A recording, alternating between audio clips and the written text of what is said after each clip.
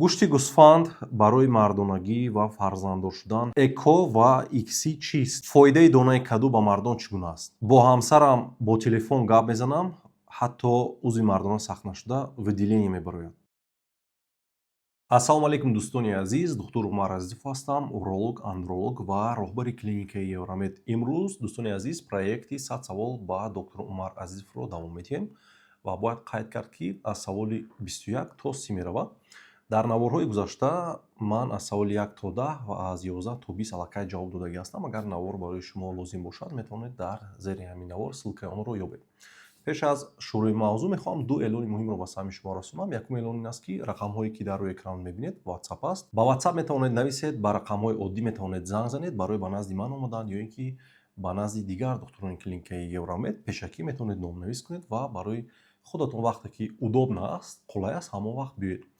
Рақамро ҳатман сабт кунед дӯстони азиз. Дуюм эълон ин аст дӯстони азиз, ки чун ҳар вақта дар ин навор низ як корти клиникаи Евромедро мехоҳам ба шумо тақсим гардонам. Бо ин корт ҳар касе соҳиби ин корт мешавад, ба клиникаи Евромед метавонад ройгон биёяд, яъне ба кадом духтуре ки хоҳад метавонад ба назди он кас биёяд ва тамоми ташхисҳо барои он кас ройгон мешавад. Барои ба даст овардани ин корт ҳатман бояд дар канали ман обуна бошед, ҳатман ин наворро лайк гузоред, ба дӯстони худ равон кунед ва ҳатман комментарий гузоред. натиҷаи онро дар телеграм канали ман ки дар зери ҳамин навор ҳаст метавонед пайдо кунед. хуб, биёед акнун дӯстони азиз шурӯъ мекунем мавзӯи имрӯзаро. саволи 21 менависад, ки донаи каду ба мардонагӣ чӣ фоида дорад? Дар YouTube бениҳоят зиёд ҳамин гуна заголовкиҳо ҳастанд, ки масалан нависагӣ аст, ки донаи каду баробари афродизиак ё ин ки виагра ва ғайра фоида ба мардонагӣ дорад. қариб барои таботи ҳама чӣ донаи кадуро истеъмол мекунам. Дар ҳақиқат агар аз нигоҳи тибби исботӣ гирид дӯстони азиз, донаи каду таркибаш аз цинки зиёд иборат аст ва шахсоне ки эректилная дисфунксия доранд бо сабаби паст будани тестостерон ва паст будани тестостеронашон агар бо сабаби пастшавии ҳаҷми цинк бошад дар хун, пас истеъмоли каду барои шумо кӯмак мерасонад, вале агар ба шарте шумо ҳар рӯз масалан ним килограмм донаи каду истеъмол кунед хоми онро.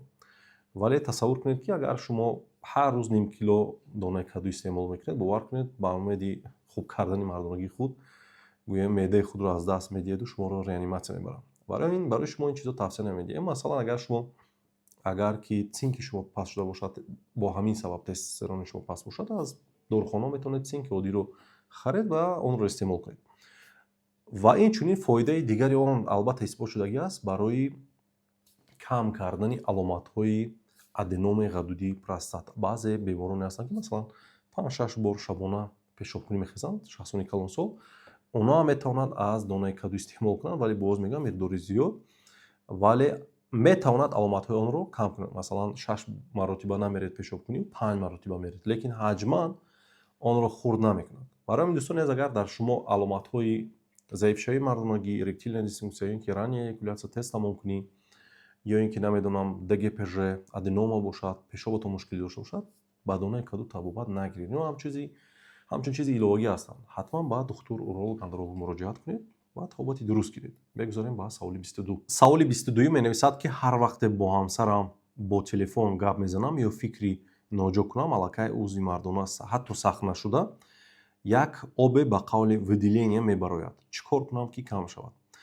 хуб дӯстони азиз, як бемор доштам, тӯли 20 чанд сол, аллакай дар як навори дигам нақл кардагӣ будам, тӯли 20 чанд сол ҳамин мушкилиро табобат мекунам ва вақте назди мо омаданд, мо муайян кардем, ки ягон мушкилӣ надорад, ин ҳолати физиологии он кас аст. обе ки ино мегӯянд ҳангоми ба қавле каме возбуждатшавӣ, ин предэякулят ном дорад дӯстони азиз ва дар уретраи шумо, яъне ҳамон роҳи пешобгузари шумо дар қисми қафоаш ва инҷо баъзе ғадудҳо ҳастанд. Масалан дар қисми қафо куперовский желез мегӯянд ё ки ғадудҳои купер ҳастанд, ки доимо ҳамин моеъро холӣ кардан мегиранд, яъне истеҳсол кардан мегиранд ва физиологияи одам, физиологияи ҳар шахс ҳар гуна аст. Аз баъзеҳо масалан 0.5 миллилитр мебарояд, аз баъзе одамон дар як шабонарӯз то 5-6 миллилитр мебарояд ва ин нормалӣ аст, яъне физиология аст, ин беморӣ нест ва бечора ҳамин беморе ки ман гуфтам 20 чанд сол бемори набудагиро табобат кардагӣ аст. ҳамин қадар сол табобат кардагӣ аст, ягон натиҷа додагӣ нест. мақсади табобати ин беморам ин аст, ки тавонад масалан дуруст намоз хонда тавонад, яъне таҳораташ нашиканад ва ҳамин чизо. Бо ҳамин мақсад бечора духтур ба духтур мегашт ва мо фаҳмидем ки ин беморӣ нест, ин ҳолати физиологии шумо аст, вале аз шумо албатта назар ба дигарон зиёдтар мебарояд. Фақат як чизи бениҳоят муҳим аст ки моеъ бояд ҳатман моеъи беранг бошад, каме ғафс бошад, бебӯй ва яъне бӯи ғализ надошта бошад ва инчунин ҳангоми баромадани он ягон сӯзок, нороҳатӣ, дискомфорт ин чизо бояд набошад. Пас ин физиология аст. ин чиз аз дӯстони азиз шумо фақат дар як ҳолат кам карда метавонед, агар шумо регулярна, яъне тез-тез алоқаи ҷинсӣ кунед бо ҳамсари худ, доимӣ ин чиз бошад, кам мешавад ва инчунин варзиш низ метавонад яъне ҳаҷми онро кам кунад. ин моеъ дӯстони азиз функсияи бениҳоят муҳим дорад. Вазифаи асосии он намнок нигоҳ доштани ҳамин роҳи уретра аст, пешобгузар аст ва нутфабарор. ба хотири чӣ? Ва инчунин хосияти бактерицидӣ ҳам дорад дӯстони азиз, баъзе микробҳоро масалан метавонад нобуд кунад. Мақсадаш ин аст ки бояд ҳамон вақте тамом кардани шумо барои ҳомила доштани ҳамсари шумо бояд ки ҳамин моеъи шумо, яъне эякулияти шумо бо роҳи тоза барояд. ин чиз бениҳоят муҳим аст. боз як нуқтаи муҳими дигар мехоҳам фаҳмонам ки баъзе беморон мегӯянд ки мо ҳангоми пешоб кардан дар охири пешобам каме як моеъ мебарояд ё ин ки ҳангоми ахлод кардан. ин дигар чиз аст дӯстони азиз. ина мо простатарея мегӯем. ин моеъ аз худи простата мебарояд ва ҳангоми ахлод кардан ё ин ки охири пешоб ҳамон мушакҳои қарикоз кашиш мехӯранд ва дар ин сурат ҳамин моеъ мебарояд. инам физиология аст ва ягон беморӣ нест ва агар ба шарти шумо сӯзоку дигар чизо набошанд, ташвиш нашавед. Мегузарем ба саволи 23. Саволи 23 менависад ки қапидани пешоб дурудароз чӣ зарар дорад? Дӯстони азиз, ҳастанд бемороне, ҳастанд бародароне ки дар масалан дигар давлатҳо кор мекунанд, ҳатто дар ҳамин самти мо ҳастанд духтурӣ ки масалан муддати тӯлонӣ маҷбурӣ пешоби худро меқапанд. хушаш намедиҳад ё имконият намедиҳад. Баъзе ҷо мегӯянд мо дахники кор мекунем, меқапем худамона ки ҳоҷатхона наравем, хунук нахӯрем.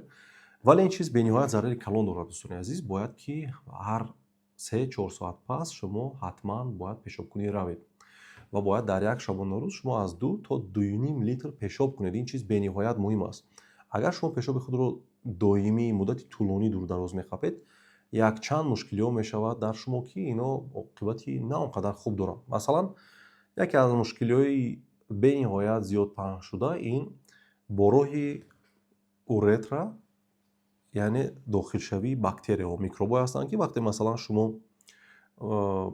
бактерияҳо ҳастанд ки бо мо зиндагӣ мекунанд ва имконият пайдо мекунанд ки бо роҳи уретра масалан ба ин тараф ҳаракат кунанд, ба боло ба тарафи ғадуди простата ё пешобдон. вале шумо масалан микроб, бактерия дар ин ҷо аст ки аллакай шумо 2-3 соат пас пешоб мекунед ва онро мешӯед, меравад. Тасаввур кунед шумо чандин соат пешоб намекунед, ин микроб вақт меёбад, ба қавли велосипед мекунад, то простата ва пешобдон ино ҳаракат мекунанд ва шумо ба цистит, уретрит ва инчунин простатит метавонед гирифтор шавед.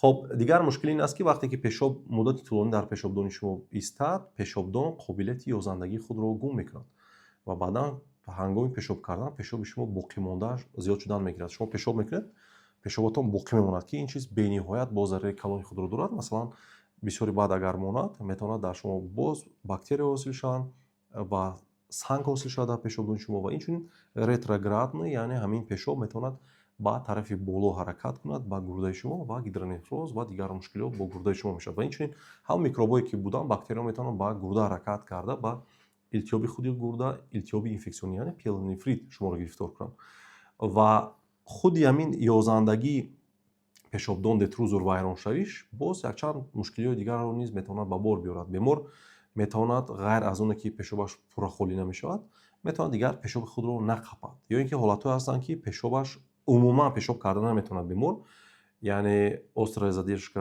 мочеиспускания мешавад ва баъдан дар ин ҳолатҳо мо кӯшиш мекунем ки катетр гузорем, бужиро кунем, нашуд боз аз болои яъне ҳамон пешобдон сурох карда пешоба холӣ мекунем. хеле ҳолатҳо зиёд мешаванд. барои ҳамин риски мушкилиҳо дар гирифтор шудан ҳангоми пешоба муддати тӯлонӣ қабидан дӯстони азиз бениҳоят зиёд аст. барои ҳамин тавсия медиҳам ки пеш аз оне ки шумо ба ягон ҷои дур сафар мекунед ва медонед ки шумо пешоб кардан наметавонед, ҳатман аввал пешоб кунед. кафеин кам истеъмол кунед нӯшед, яъне чойи сиёҳчой кабута ҳамчунон бошад камтар нӯшед, барои ки инҳо мачигоне ҳастанд ва хоҳед нахоҳед пешоби шуморо медонанд. ҳатман ҳамин қадаре нӯшед ки шумо бояд, чӣ хеле гуфта будам дар наворҳои қаблӣ, бояд 2-2.5 литр дар як шабонарӯз пешоб кунед. Бояд шумо бо мақсади кам пешоб кардан кам об нанӯшед. Ин чиз бениҳоят хатари зиёд дорад. Бисёре мегӯянд хай камтар пешоб кунам, гуфта кам об менӯшанд. Ин хато аст. Бояд шумо чӣ хеле гуфтам ҳамин қадаре нӯшед ки пешобатон зиёд бошад. ҳангоми кам пешоб кардан бо зарарҳои худро низ дорад, дӯстони азиз. барои ҳамин кӯшиш кунед пешоби худро нақапед, ҳар 3-4 соат пас ҳатман рафта пешоб кунед. Тоқат накунед то ба дард наёред. Ҳамин пайдо шуд хоҳиши пешоб кардан, ҳатман равед пешоб кунед. Пешобдони мо қуввати ёздаҳандагӣ дорад, дӯстони азиз, албатта, вале дар 400-500 миллилитр аллакай дар шумо хоҳиш ва имконият пайдо шавад, агар ҳатман рафта пешоб кунед. Аллакай дар 400-500 шуморо ба бетоқаткунӣ аллакай сар мекунад. ин қоидаҳои асосӣ буданд, дӯстони азиз, ҳатман онҳоро риоя кунед. Мегузарем ба саволи 24. Саволи 24 менависад ки марди солим дар як ҳафта чанд маротиба бояд алоқаи ҷинсӣ карда тавонад? Норма чӣ қадар аст? Дӯстони азиз, норма мувофиқи гайдлайнҳо, яъне рекомендатсияҳо, норма надорад ин чиз. Ин мисли масалан рӯзе агар аҳамият додагӣ бошад, фишори хуни шумо масалан 120 ба 80 аст, ин норма аст. қанди шумо метавонад 5 бошад, ин норма аст. Вале худи алоқаи ҷинсӣ норматив надорад ки ҳатман бояд ҳамин қадар бошад. Ҳатман бояд дар ҳафта 10 маротиба бошад. Не, ин хел нест. ё ки ин мусобиқа нест, дӯстони азиз, ки шумо бо якдигар мусобиқа кунед. баъзе бемороне ҳастанд, мебиёнд мегӯяд акай Умар, ман масалан дар як ҳафта 3-4 маротиба алоқаи ҷинсӣ мекунам, аллакай 30 сола аст. Лекин рафиқам ҳамсинфам мегӯяд ки ман ҳар рӯз 10 маротибаи 4 маротибаи алоқаи ҷинсӣ мекунам. Ино дурӯғ мегӯянд, дӯстони азиз. Ин ғайриимкон аст, хел намешавад. Агар протез мондагӣ набошад, ғайриимкон аст. Дурӯғ мегӯянд ва онҳо бовар мекунанд ҳамин чизро, меоянд назди мо, аз мо талаб мекунанд ки акай Умар, манам хеле ки ман бояд ҳамин қадар алоқаи ҷинсӣ карда тавонам. Норматив гӯем акай дар нохӯрак ҳамин хел аст ки аз 20 то 30 солагӣ дар як ҳафта 2 маротиба алоқаи ҷинсӣ кардан ин нормалӣ аст, ба шарте ки худатонам ва ҳамсаратонам розӣ бошед. Ва аз 30 сола то 40 сола, дӯстони азиз, як маротиба ҳатто дар як ҳафта ин норматив аст, яъне нормалӣ аст, ин беморӣ нест. Вале боз мегӯям ки агар масалан шумо имконият доред, метавонед ҳар рӯз ё ин ки як рӯз пас алоқаи ҷинсӣ кардан гиред, ягон мушкилӣ нест. Вале боз мегӯям бояд ҳамсари шумо ва худатон ҳам розӣ бошед. Масалан шумо ягон кори вазнин доред, ҳар рӯз коротон вазнин аст.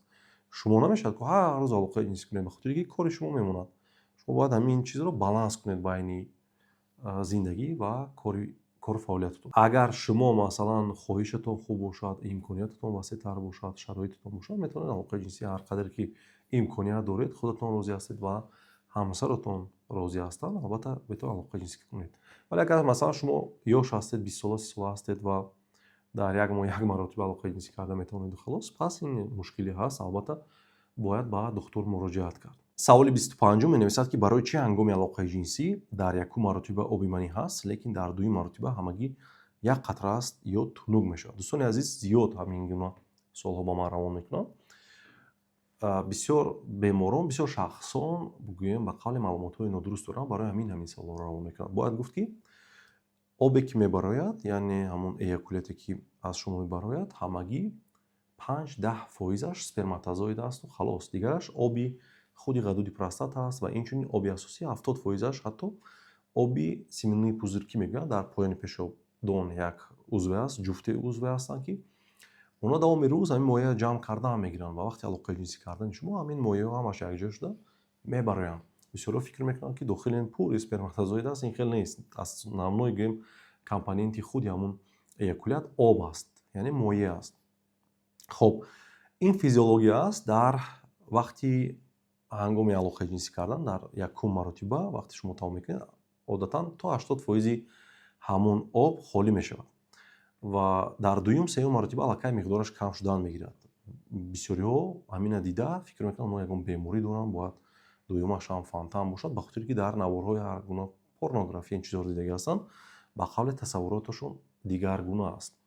Албатта ин чиза каме зиёдтар карда мешавад. Норма ба қавле ба физиологӣ гӯем, дар ҳолати физиологӣ ҳангоми тамом кардани шумо бояд ки миқдори эякулят, оби мание ки мебарояд, бояд ки 1.5 миллилитр зиёд бошад, то 5-6 миллилитр аст одатан. дар дуюм маротиба аллакай кам шудан мегирад, сеюмаш кам шудан, чорум, панҷум маротиба, вале оргазми шумо, яъне ҳаловати шумо албатта аз ин чиз бениҳоят сахт вобастагии калон дорад. Дар дуюм, сеюм маротиба оргазми шумо ҳам кам шудан мегирад, ҳаловатбарии шумо камтар шудан мегирад. Ин физиология аст, ин беморӣ нест. Ва ҳангоми бисёриҳо мегӯянд ки фарзанддор нашуда истодам, барои он ки дуюм маротиба, сеюм маротиба нест, аммо якум маротиба дӯстон кифоя аст. ба хотире ки гӯем ки миқдори зиёди сперматозоидҳо аллакай дар якум маротиба мебароянд.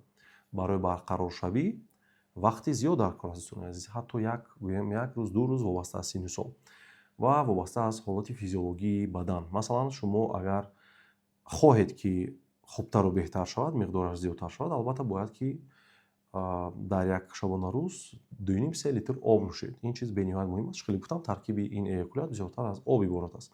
Ва дуюм, хӯрокҳои серғизо истеъмол кунед. Ин чиз ҳам бениҳоят муҳим аст. Сеюм, ба варзиш машғул шавед. Ин чизҳо ҳастанд ки албатта метавонанд ба ҳаҷми ҳамон моеъе ки мебарояд таъсири худро расонанд.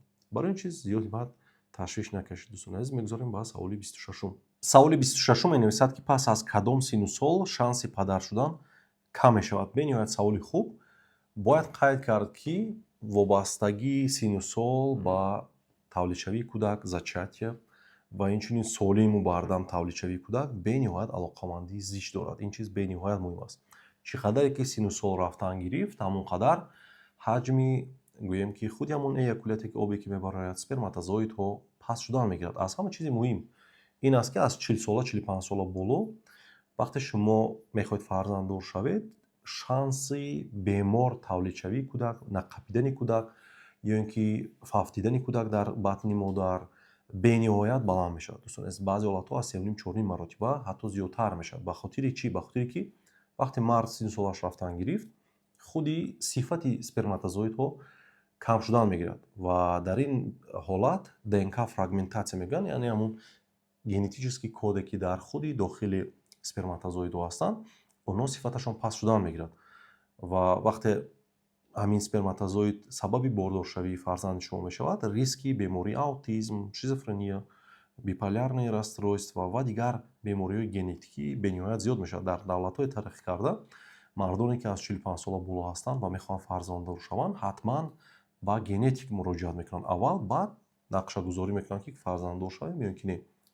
Зана намегӯем, дар занон ҳам ин чиз бениҳоят муҳим аст, вале дар мардон ҳам ин чиз муҳим аст. Барои ҳамин дӯстони азиз гӯем ки синну соли беҳтарин барои фарзанддор шудан то 30 сола аст, то 35 сола, 40 сола ҳам бад нест. Чӣ қадаре ки яъне синну сол баланд шудан гирифт, риски фарзанддор нашудан ё ин ки выкидыш кардан, вайрон кардани кӯдак ё ин ки носолим тавлидшавии кӯдак баланд шудан мегирад. Барои ҳамин ҳарчи зудтар имконият дошта бошед, ҳатман яъне нақшагузорӣ кунед ва соҳиби фарзанд шавед. Баъзе ҳолатҳо давлатҳое ҳастанд дар хориҷи кишвар ки масалан карьера мекунад, мехоҳад фарзанддор шавад, барои солим тавлидшавиаш криоконсерватсия мекунад, сперматозоидҳои худро мегирад, ях мекунонад ва кай лозим шуд метавонад аз он ҷо гирифта эко кунад. Ин чизҳо ҳастанд дӯстон азиз. Дар бораи эко дар саволҳои баъдӣ ҳозир суҳбат мекунем. Саволи 27 менависад ки анализи спермограммаро чӣ гуна, яъне чӣ тарз бояд дуруст супорӣ? Қонунҳои асосии он кадомҳоянд? дӯстони азиз, бениҳоят саволи муҳим аст. мувофиқи қонуни зиндагӣ гӯем дигар хел аст, тарзи супоридани спермограмма ва мувофиқи қонуни тиб дигар чиз аст. Масалан, ман бисёр вақт тавсия медиҳам ки масалан бемор мебиёяд назди ман, мегӯяд ки ака ман кальян мекашам, 3-4 сол шуд сигор мекашам, арақ менӯшам, ба варзиш машғул нестам, хоби дуруст надорам, дору мехӯрам, фалон чизо. Ман мегӯям ки ту бояд дар ҳамин ҳолати худат спермограмма супорӣ. Ба хотири чӣ? Ба хотире ки мо мефаҳмем ки реально ҳамун спермограммаи ӯ давоми ҳамин 3 соли охир чӣ гуна аст. Ва агар қонунҳои дигарро иҷро кунем, масалан чӣ хеле ки созмони тандурустии ҷаҳонӣ мегӯяд ки масалан шумо бояд сигор накашед, 1 ҳафта 2 ҳафта пеш машруботҳои спиртӣ истеъмол накунед, сауна наред, фалон. Агар ин қонунҳоро риоя кунед, албатта ки тарзи зиндагии худатон намешавад ин чиз. Яъне шумо ба қавле яъне сунъӣ ин чиза хубтару беҳтар карда истодед. Барои ҳамин мувофиқи қонуни зиндагӣ ман тавсия медиҳам ки бародар, ҳамин хел зиндагӣ доред, ҳамин аз режим мегӯяд, ҳамин хел рафта супор. Вале гӯяд ки не хай ман гоҳе фалон корро мекунам, як хел вақт менӯшам, кам менӯшам, ягона антибиотик хӯрда истодам, пас ман мегӯям ки қонунҳои асосиро бояд шумо ҳатман риоя кунед. Якум бояд шумо аз 2 рӯз то 7 рӯз алоқаи ҷинсӣ кардагӣ набошед. Масалан, вақте меравед, мепурсад, ки чанд рӯз шуд алоқаи ҷинсӣ кардагӣ нестед, мегӯед 2 рӯз шуд, ё 3 рӯз шуд, ё 4 рӯз, ё 5 рӯз, ё 6 рӯз, ё 7 рӯз. 8-ум рӯз аллакай шумо наметавонед спермограмма спорт дидан. Бисёр беморон аз ман меояд, мегӯяд, ки ман медонистам бояд чанд рӯз худо тақабӣ, барои ҳамин 10 рӯз шуд ман алоқаи ҷинсӣ кардагӣ нестам. Ин нодуруст аст. Шумо бояд, ки то 7 рӯз зиёд, аз 7 рӯз зиёд бояд худро нақабед. Ин чиз бениҳоят муҳим аст, ба хотири ки сифаташ паст шуда рафтан мегирад. Чӣ хеле гуфтам, боз ДНК фрагментатсияш баланд мешавад.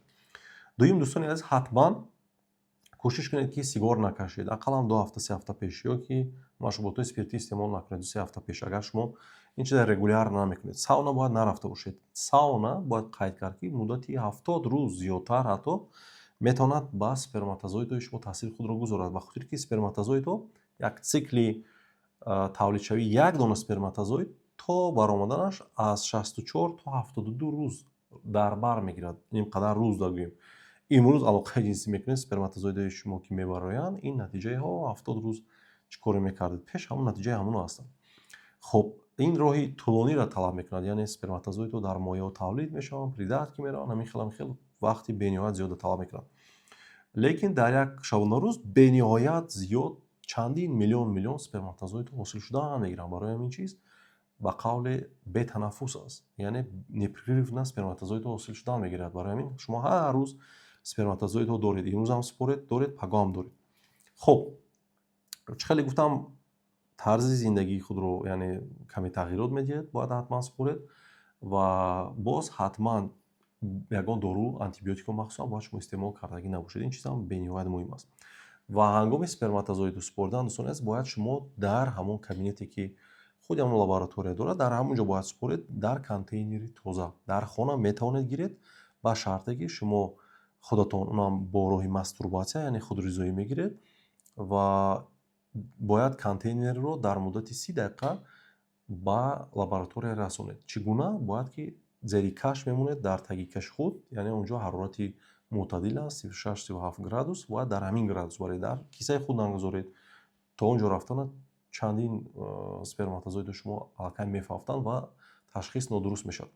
Инчунин ҳангоме ки шумо дар контейнер мегиред, агар каме он ба берун резад, шумо ona наспоред. Аз сар тайёр шавед ва баъдан рафта според. Ба хотире ки ин аллакай нодуруст мешавад. Ва ҳангоми мастурбатсия бояд шумо аз гӯем собунҳо, шампунҳо ё ин ки дигар чизо истифода накунед. Кӯшиш кунед, ки дар он ҷо баъзе лубрикантҳо ҳастанд, шумо иҷозат медиҳанд, аз он чизо метавонед истифода кунед. вале баъзе бемороне ҳастанд, мегӯяд, ки ака ман наметавонам ки дар хона бо ҳамсарам алоқаи ҷинсӣ кунам ва дар презерватив бошаду гирам, дар он холӣ кунам, ё ин ки алоқаи ҷинсӣ кунаму дар ин тамом кунам, баъдан гирам. Ин чизо нодурустанд. дӯстони азиз, нодуруст нишон медиҳад. барои ҳамин шумо қонуни асосии споридани сперматозоидро пурсед, ҳамин хел бояд шумо тайёр бинед. ин чизо бениҳоят муҳим аст, дӯстони азиз. ва агар дар шумо масалан на оиладор мешавед, на 5 моҳ 6 моҳ шудагӣ бошад, дарров давида сперматозоидҳои худро наспоред, спермограмма наспоред. агар синни соли шумо аз 35 сола поён аст, то 1 сол ташвиш нашавед. агар аз 35 сола боло аст, дар ним сол аллакай рафта, агар фарзанд нашавад, бояд шумо рафта аз қафои ташхисо шавед. мо вобаста аз муддате ки шумо зиндагӣ мекунед ва алоқаи ҷинсӣ доред ё ин ки не, вобаста аз ҳамин чиз дар шумо диагнози бенаслӣ мегузорем. саволи 28 менависад, ки эко ва икси чӣ аст? Рост аст, ки ҳангоми он аз марди бегона мегиранд ва ба мард намегӯянд. яъне ҳамун сперматозоидро дар назар дорам. хуб, дӯстони аз пеш аз оне ки фаҳмонам ки мегиранд ё ин ки не, аввал ман мефаҳмонам ки эко чӣ аст, икси чӣ аст. эко ин экстракорпоральное оплодотворение, яъне дар берун вордоршавӣ. чӣ гуна мегузорад, дӯстони азиз? Аз ҳамсари шумо, яъне аз ҳамон шахсоне ки аз бенаслӣ азият мекашанд, аз зан пас аз стимулятсия кардан тухумҳуҷайраҳоро берун мебароранд ва отан як чандта мегиранд ва як чашка аст, чашка Петри мегӯянд, дар дохили он мегузоранд ва аз мард сперматозоидҳоро гирифта дар он ҷо мегузоранд ва яке аз ҳамон сперматозоидҳо вориди тухумҳуҷайраи зан мешавад, онро бордор мекунанд ва эмбрион ҳосил мешавад, ки дар 5-6 рӯз онро ба яъне бачадони зан мегузоранд. ина эко мегӯянд, дӯстони азиз.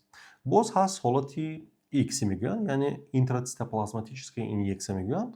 вақте духтур, яъне одатан эмбриолог, якта сперматозоидҳои бениҳоят хуби онро интихоб мекунад ва худаш гирифта вориди тухумҳуҷайраи зан мегузорад. бо сӯзандоруҳое ҳастанд, ки бениҳоят хурд ҳастанд, یعنی سوزن‌های بنیاد باریک دارن این کار رو انجام میدن و اینا در حالت‌های میکنن که مرد یعنی سپرماتوگرامای مرد بین‌نهایت پست است. حرکت نوکیش سست است، مقدارش کم است، حالت وزن است. دوستان عزیز بعد این کار رو انجام میدن.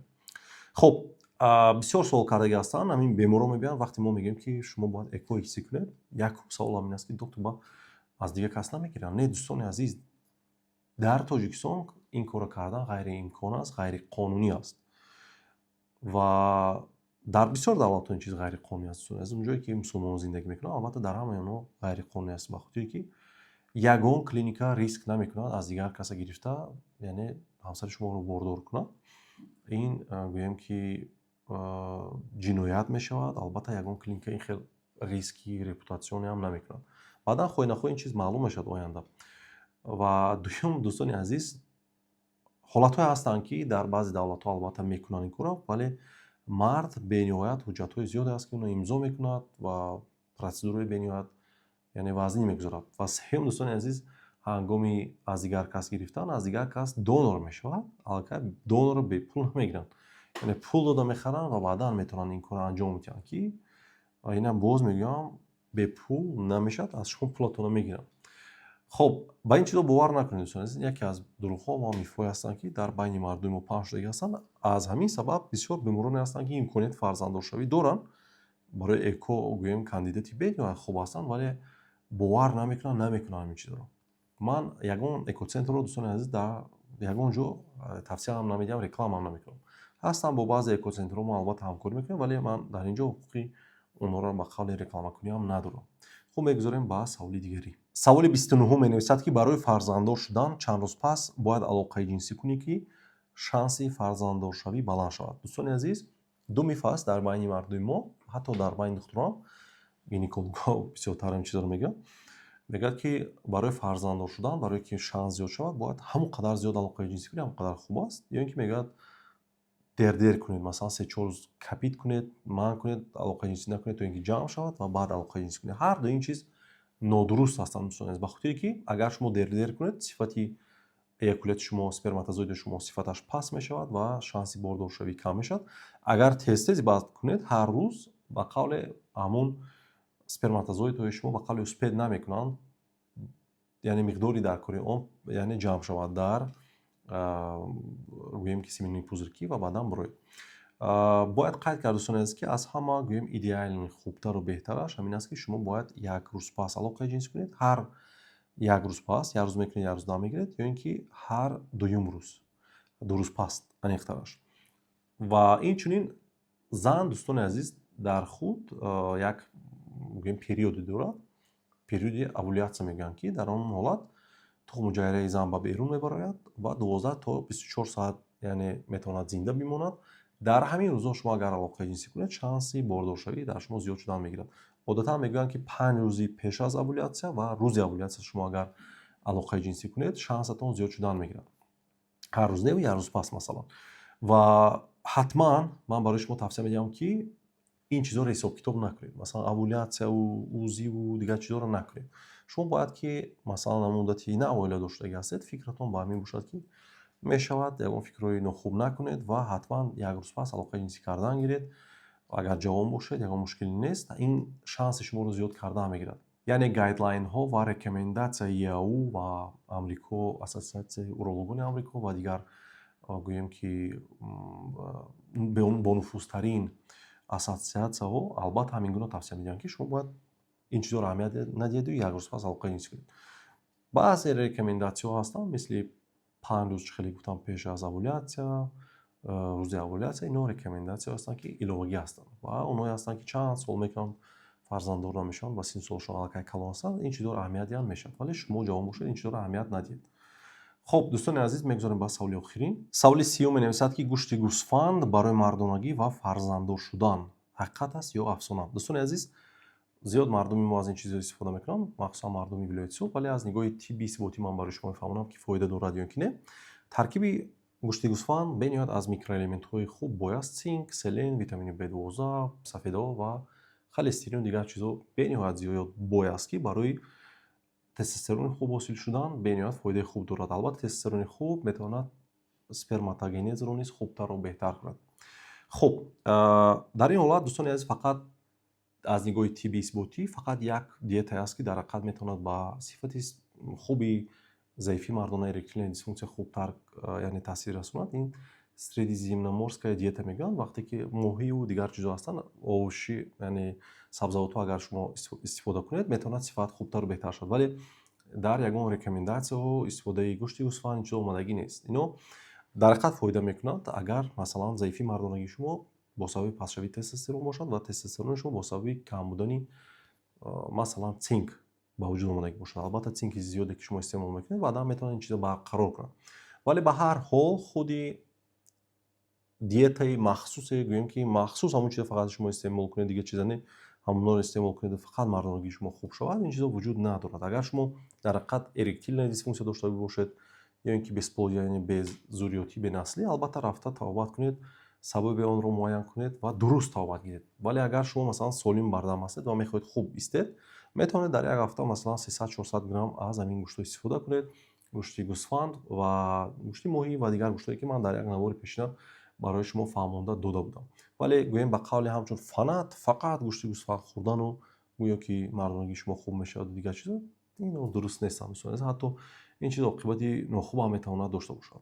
хуб дӯстони азиз, ба 10 саволи шумо албатта ки ман ба қадри имкон тавонистам ҷавоби худро гардонам. ҳатман агар дар шумо ягон суолҳои хуб ҷолиб бошад, дар зери ҳамин навор нависед ва ҳатман дӯстони азиз, агар ин навор барои шумо писанд омада бошад, ба дӯстони худ равон кунед, лайк гузоред. агар дар канали ман обуна набошед, ҳатман обуна шавед.